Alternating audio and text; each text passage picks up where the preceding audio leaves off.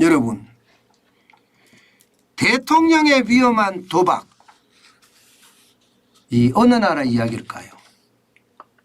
여러분들이 알고 있는 터키, 이름을 최근에 바꿨죠. 트르키예라고 바꿨습니다.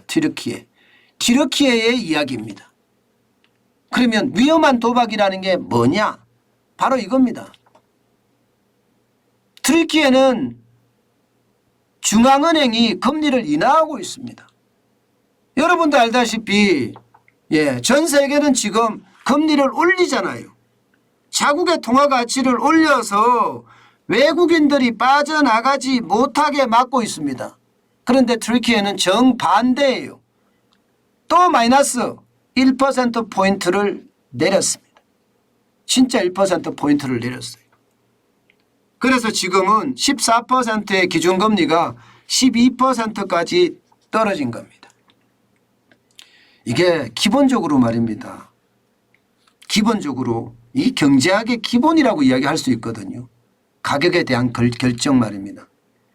가격의 결정이라는 게 수요와 공급의 어떤 법칙에 의해서 가격이 결정이 되잖아요. 그런데 튀르키예 에르도안 대통령은 바로 이 경제학의 기본 원리를 무시하고 있습니다. 무시하고 있어요. 물가가 어마어마하게 올라가는데 이것을 말입니다. 오히려 물가를 내려서 잡겠다고 이야기하는 것이 위험한 도박이라는 뜻입니다. 사실 에르도안 대통령은요, 기준금리 인상은 모든 악의 어머니다 이렇게 이야기합니다. 저는 경영학을 공부를 했습니다. 저는 경영학 박사입니다. 그런데 기준금리 인상이 모든 악의 어머니다 이렇게 이야기하는 이 말 자체를 전혀 이해를 못하겠습니다. 전혀 이해를 못하겠어요. 참 어떻게 생각하면 기준금리를 인하하는 게 너무 이상하잖아요. 너무 이상해요. 도대체 대통령의 독단이 어디까지 가는가 뭐 그런 생각을 할 수밖에 없는 겁니다. 기준금리를 이렇게 계속 인하하잖아요. 계속 인하하면요, 자국의 화폐 가치는요, 쉽게 말하면 인하를 하니까 점점 떨어지는 거예요. 점점. 지금 보세요. 1월 3일에 달러당 12.98 리라였거든요. 8월 18일 현재 18.1리라입니다. 굉장히 많이 떨어졌죠. 그러면 달러를 가지고 튀르키예에 들어가면요, 쉽게 말하면 더 많은 튀르키예의 자산을 살 수가 있어요. 자산을. 아마 에르도안 대통령이 금리를 내리는 이유, 여기에는 아마 그런 게 있을 것 같아요. 자국의 화폐 가치를 계속 떨어뜨려서 말입니다. 러시아나 혹은 중국이나 혹은 뭐 사우디아라비아 같은 나라에 있는 돈 많은 사람들이 터키에 와서 부동산을 사든지 기업을 사든지 뭐라도 사라는 거예요. 실제로 삽니다.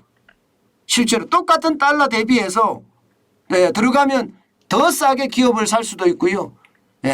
더 싸게 심지어 말입니다. 땅을 살 수도 있으니까요. 부동산을 살 수도 있으니까요.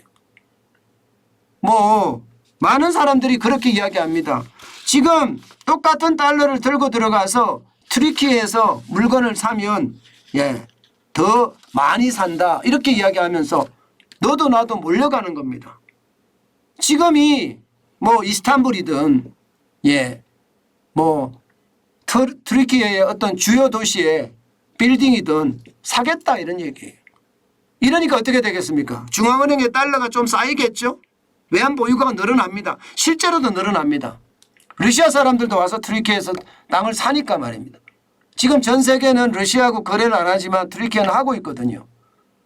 그러니까 에르도안 대통령은 금리 인하해서 더 많이 거래 땡겨야 되겠다 이렇게 생각을 하거든요. 이렇게. 문제는 그 와중에 국민들이 죽어나가는 겁니다. 왜? 이게 자국의 화폐의 가치가 떨어지는 것도 문제지만 물가가 장난 아닙니다. 물가 한번 보세요. 2020년 7월에 11.76% 올라가던 물가가 2021년 11월에는요 21.31%였거든요. 이때도 많이 올라간다고 했습니다. 그런데 지금 2022년 7월 79.6%가 올랐어요. 79.6%. 완전히 국민들 입장에선 재앙이죠. 재앙. 이거는 완전한 재앙입니다. 예, 그만큼 말입니다. 대통령의 하나의 독단이 예, 말도 안 되는 예, 그런 위험한 도박이 지금 예, 트리키예를 완전히 망치고 있다. 이렇게 이야기합니다. 인플레이션을 잡으려면 금리를 올리는 게 일반적입니다. 그런데 인플레이션을 잡을 생각은 안 하고 예, 쉽게 말하면 전 세계 돈 많은 나라에게 땅 팔고 있어요. 땅 팔고 건물 팔고 있어요. 기업 팔고 있어요. 자산을 지금 팔고 있는 거예요. 자산을. 터키에 그러니까 트리키의 자산을 다 팔고 있는 거예요. 이거는 어떻게 생각하면 만약에 우리 입장이라고 생각하게 되면 매국노예에 해당됩니다. 우리 땅과 우리 기업을 외국 자본에 넘기는 거잖아요. 그러니까 매국노예에 해당되죠. 그런데도 지금 트리키예는 예, 이게 멈추지 않아요. 에르도안 대통령은 여전히 멈추지 않고요. 계속해서 예, 지금 예, 계속 금리를 인하하고 있습니다. 문제는 앞으로 저는 더 큰 재앙이 올 거라고 생각합니다. 지금의 물가가 79.6%죠.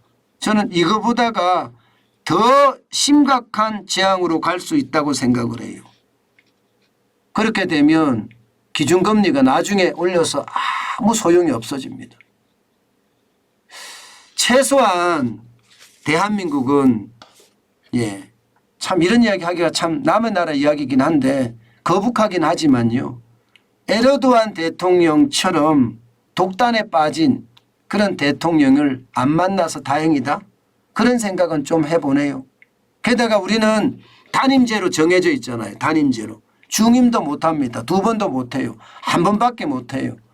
예, 그게 참 너무나 다행인지도 모르겠다 하는 생각을 또 한 번 해봅니다. 국가 지도자는요. 모름지기 국민 입장에서 생각을 해야 되거든요. 예, 그래야지 나라가 더 부강해지고 나라가 더 발전을 할 수 있는데 그것이 아니라 자기 고집대로 계속 밀어붙이면요. 그 고집은요. 결국 예, 재앙을 부를 수밖에 없다. 저는 그렇게 생각을 합니다. 경제적 지식이 없는 분도 아닐 텐데 이렇게까지 간다는 건 솔직히 안타깝기 거지없네요. 트리키예라는 나라는 여러분도 알다시피 대한민국하고 무는 형제국이라고 이야기합니다. 뭐 예, 6.25 때 파병도 많이 했고요. 또한 엉덩이에 몽고 반점이 있는 것도 똑같죠. 예, 한족은 몽고 반점이 없습니다. 근데 트리키예 사람들은 몽고 반점이 있습니다. 예, 우리하고 거의 같은 피를 가졌다는 그런 이야기죠. 그런데도 이렇게 지도자의 독단이 나라 경제를 점점 망가뜨리고 있는 것 같아서 안타깝기 거지없네요.